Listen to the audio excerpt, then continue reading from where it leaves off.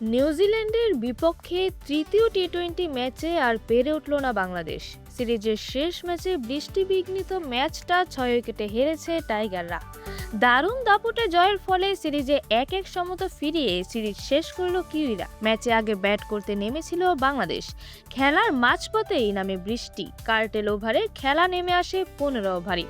আগে ব্যাট করা বাংলাদেশের ইনিংসে ধস নামে বৃষ্টির পর 102 রানেই থেমেছে টাইগাররা। এই রান 20 বল এবং 6 উইকেট হাতে রেখে হেসে খেলে পেরিয়ে যায় নিউজিল্যান্ড। 50 হাঁকিয়ে 31 বলে 62 রানের ক্যারিয়ার সেরা ইনিংস খেলে দলের জয়ে বড় ভূমিকা রেখেছেন বেবন জ্যাক্স।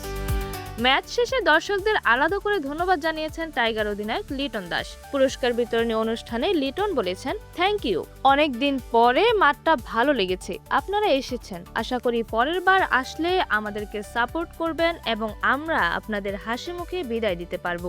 এছাড়া 3 উইকেট তোলা শরীফুল ইসলামের বোলিং নিয়ে লিটন বলেন, হ্যাঁ অবশ্যই দুর্দান্ত ছিল, প্রতিদিন না হলেও সে যদি এভাবে বল করে যেতে পারে বাংলাদেশের জন্য অনেক ভালো হবে। সিরিজটা ড্র হয়েছে 1-1 ব্যবধানে। প্রথম ম্যাচে বাংলাদেশের জয়ের, তৃতীয় ম্যাচে জিতেছে নিউজিল্যান্ড, দ্বিতীয় ম্যাচ ভেসে গিয়েছিল বৃষ্টিতে। এরকমই যে কোনো খেলার আপডেট পেতে অবশ্যই চ্যানেলটি সাবস্ক্রাইব করে রাখুন। ধন্যবাদ। প্লেবাজ নিউজ।